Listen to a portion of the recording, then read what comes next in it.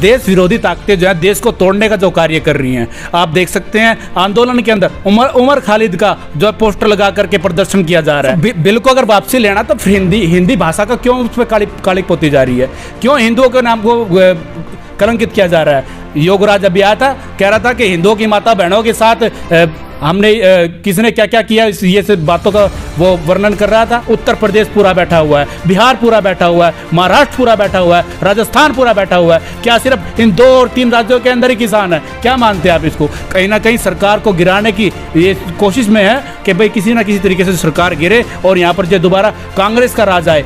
एक टाइम ऐसा भी तो था कि सुनने के भी 2.5 रुपये 3 रुपये लगते थे।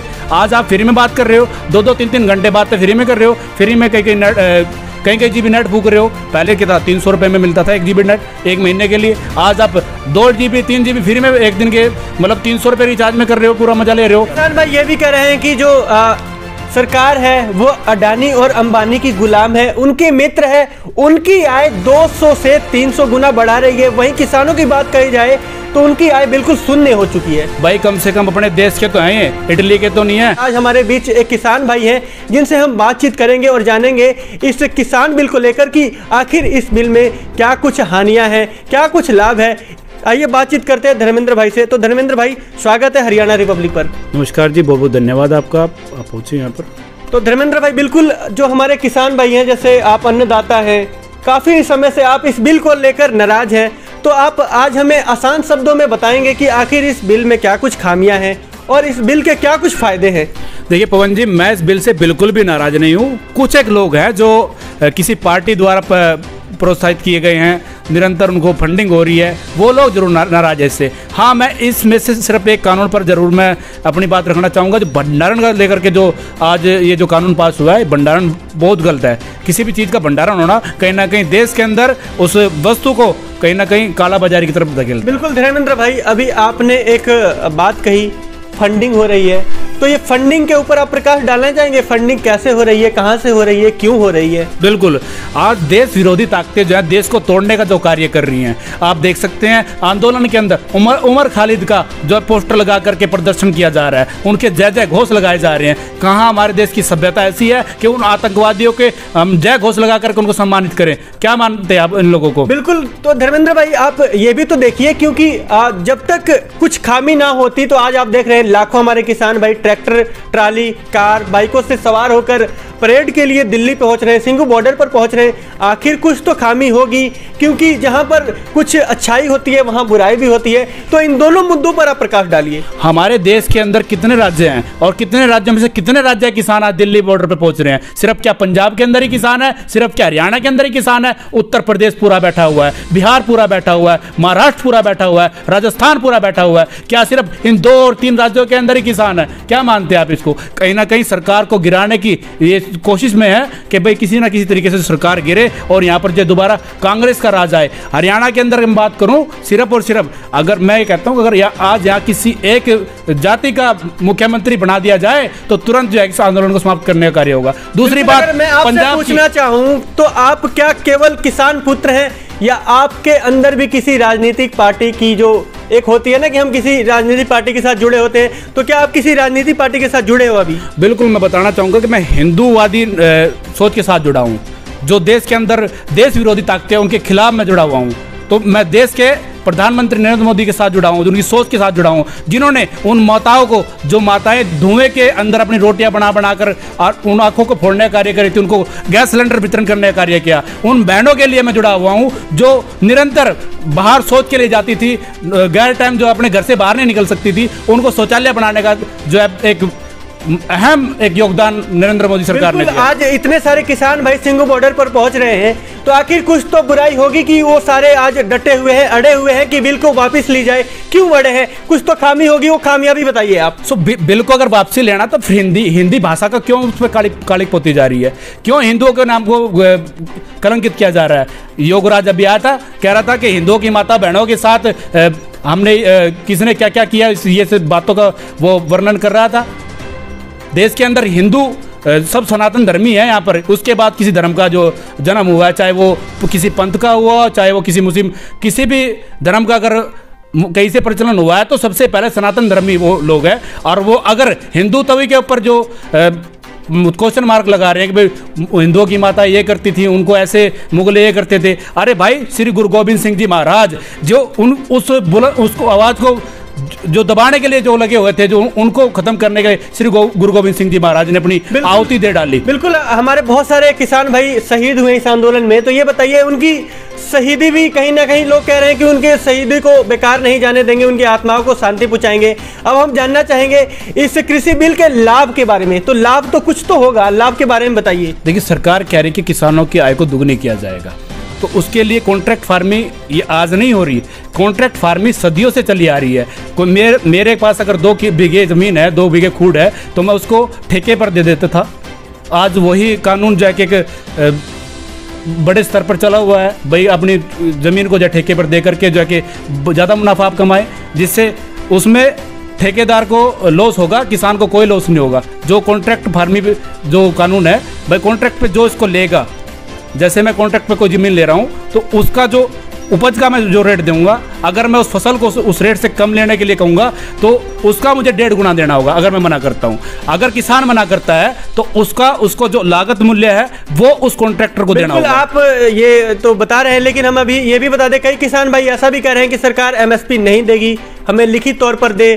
साथ में जो FCI फूड इंडिया कॉरपोरेशन है वो हमारे अनाजों को भंडारण करेगी, बाद में जमाखोरी का भी काम करेगी। तो किसान भाई ये दलील दे रहे हैं, तो इस बात में कितनी सच्चाई है? देखिए, मैं बताता हूँ, अभी हमारे देश के अंदर FCI जो है कि भंडारण करती है, और वो बोरियों के अंदर भंडारण होता है, उसका जो कि खुले आसमान के नीचे उसका भंडारण होता है, जिससे बारिश से गेहूं खराब हो जाती है। अब जो नई तकनीक आ रही है कि भाई गेहूं को चाहे 20 साल 25 साल 30 साल रख करके वो गेहूं जब तब तक सेफ रहेगा जब तक उसके अंदर है, उसको कोई हानि नहीं होगी। इस करके इस प्रकार के जो है कि एक नए कल्चर को शुरू करने की एक मुहिम जो है कि नरेंद्र मोदी सरकार। किसान भाई ये भी कह रहे हैं कि जो सरकार है वो अडानी और अंबानी की गुलाम है, उनके मित्र है, उनकी आय 200 से 300 गुना बढ़ा रही है। वहीं किसानों की बात कही जाए तो उनकी आय बिल्कुल शून्य हो चुकी है। भाई कम से कम अपने देश के तो हैं, इटली के तो नहीं है भाई। इटली वाले गुलाम मान रहे हैं कि सरकार उनकी दोस्त है। बिल्कुल, सरकार उनकी दोस्त हो, अपने देश के तो है कम से कम।